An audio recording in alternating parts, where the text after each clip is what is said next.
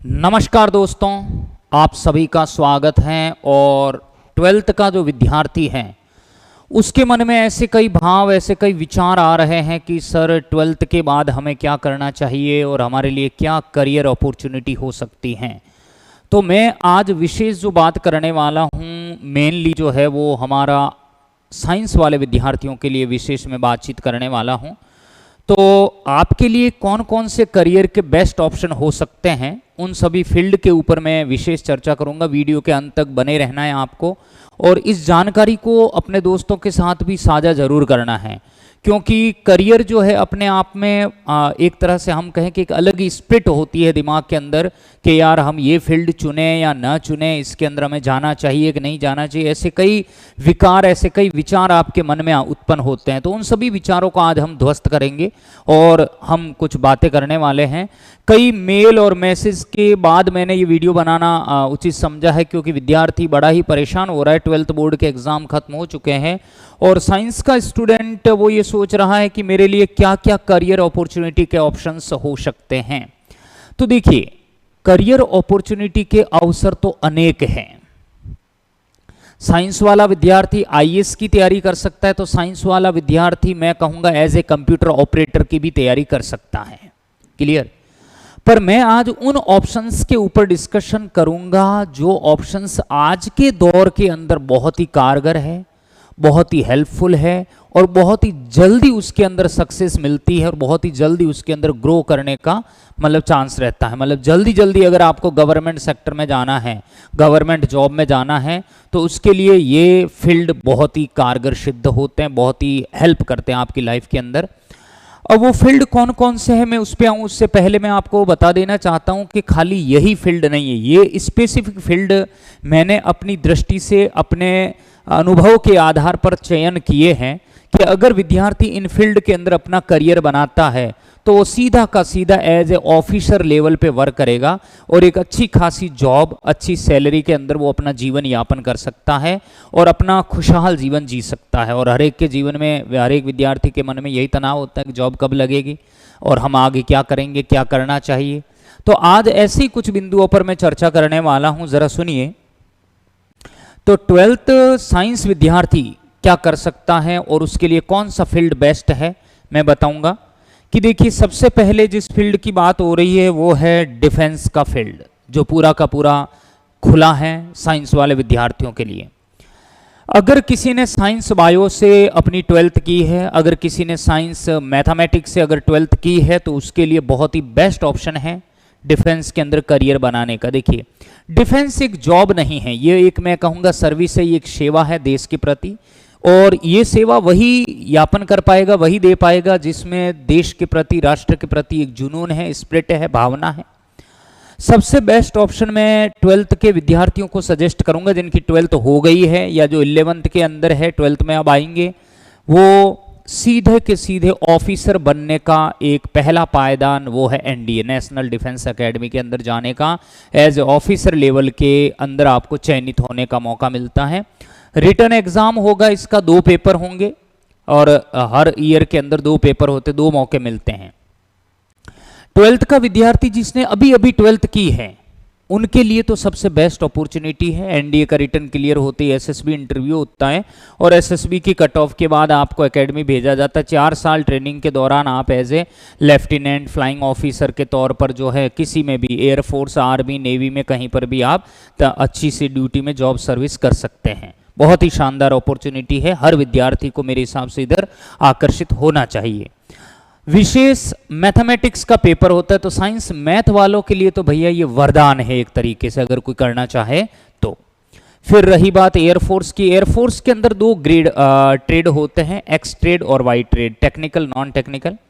तो इसके अंदर मैथमेटिक्स जिसके हैं वो टेक्निकल में जाएगा और नॉन मैथमेटिक्स वाले जो है, बायो वाले हैं, आर्ट्स वाले हैं, कॉमर्स वाले हैं, वो वाई ग्रुप दे के भी एयरफोर्स में जा सकते हैं। 50% क्राइटेरिया चाहिए ट्वेल्थ में, इजीली आप कर सकते हो। हर ईयर के अंदर 2 वैकेंसी आती हैं और बहुत ही शानदार अपॉर्चुनिटी से आप यहाँ एयरफोर्स में अच्छी खासी सर्विस के साथ अपना जीवन यापन कर सकते हैं। लगभग जो है मैं कहूँगा अच्छी सैलरी के साथ आप इसमें चयनित हो सकते हैं। नेवी में भी सेम पैटर्न रहता है, टेक्निकल नॉन टेक्निकल के अंदर। तो विद्यार्थी डिफेंस के अंदर इन फील्ड के अंदर अपना बहुत ही अच्छा लोहा मनवा सकता, अपना भविष्य, सुनहरे भविष्य के सपने देख सकता। तैयारी तो करनी पड़ेगी, तैयारी तो करनी पड़ेगी, और इसके लिए आपको स्टडी कंटिन्यू करनी ही चाहिए और करते रहना चाहिए। दूसरी बात ये दोस्तों, इन पे मैं डिस्कशन करूं उससे पहले इसकी खास बात बता देता हूं। ये सीधी जॉब है, ये सीधी जॉब है जिसमें आपकी सीधी के सीधी जो है सैलरी स्टार्ट हो जाती है। ये सभी जॉब नहीं है, ये सभी कोर्सेज है, और ये होने के बाद आपकी जॉब लगेगी। तो इसमें और इसमें एक ही डिफरेंस है, वो है टाइम का डिफरेंस। इसमें आप 6 महीने, 7 महीने, 1 साल का कोर्स करके, तैयारी करके, क्वालिफाई होकर आप सीधा जॉब पे लग सकते हैं। बट इनके अंदर क्या होगा, थोड़ी सी प्रक्रिया लंबी है, आप आराम से जॉब तक, सैलरी पाने तक थोड़ा सा स्ट्रगल करना पड़ेगा।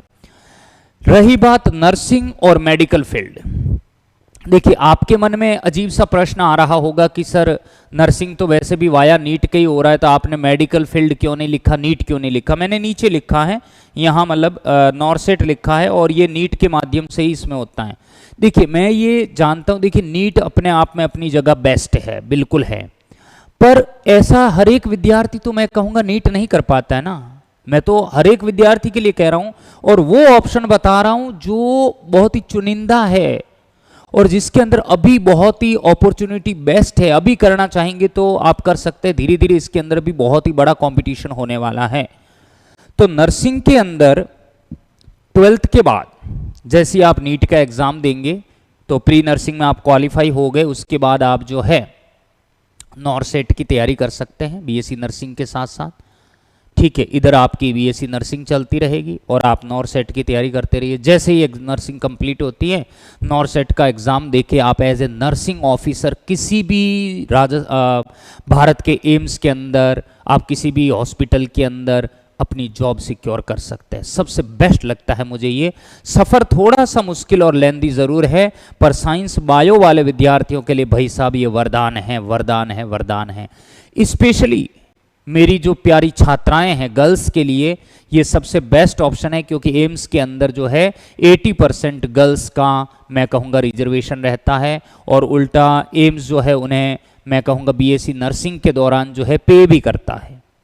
तो ये सबसे बेस्ट मुझे ये लगा। देखिए नीट अपने आप में बेस्ट है, मैं बार बार कह रहा हूँ, पर मैं नर्सिंग की तरफ इसलिए कहना चाह रहा हूँ दोस्तों क्योंकि नर्सिंग एक उभरता हुआ सेक्टर है और गर्ल्स के लिए बहुत ही बढ़िया है, बहुत ही शानदार है, और वो अपना भविष्य इसके अंदर पूरे सुनिश्चित होकर कर सकते हैं। पर इसके लिए 4 से 5 साल का आपको माइंड सेट करना पड़ेगा कि बीएससी नर्सिंग करना है, मुझे साथ साथ नॉर्सेट की तैयारी करनी है और मुझे कंप्लीट इस नज़रिए से आगे बढ़ना है। तो अभी आप ये गोल तय करोगे ना तो 3 से 4 साल बाद आप ये गोल अचीव कर पाओगे। ये एकदम सडनली नहीं हो पाएगा, एक लॉन्ग प्रोसेस है, और इसके माध्यम से आप आगे अपनी अच्छी करियर अपॉर्चुनिटी बना सकते हैं एज ए ऑफिसर लेवल की।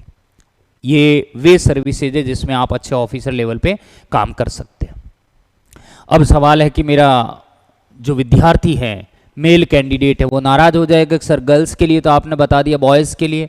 तो साइंस के विद्यार्थी की मैं एक अलग ही बात मानता हूं कि भाई उनके अंदर जो क्रिएटिविटी है, उनके जो दिमाग का मतलब एक हम कहते हैं ना कि रीजनिंग के क्वेश्चन करने की जो तार्किक क्षमता है वो एक अलग टाइप की ही होती है।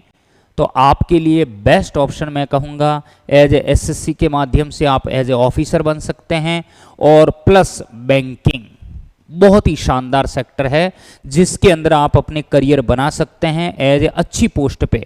अगर आप एक स्पेशल गवर्नमेंट बैंक के अंदर पीओ बन जाते हैं तो मैं कहूँगा भाई साहब लाइफ झिंगा लाला हो जाती है, गजब की एक तरह से आप मतलब बहुत ही लग्जरी लाइफ जी सकते हैं।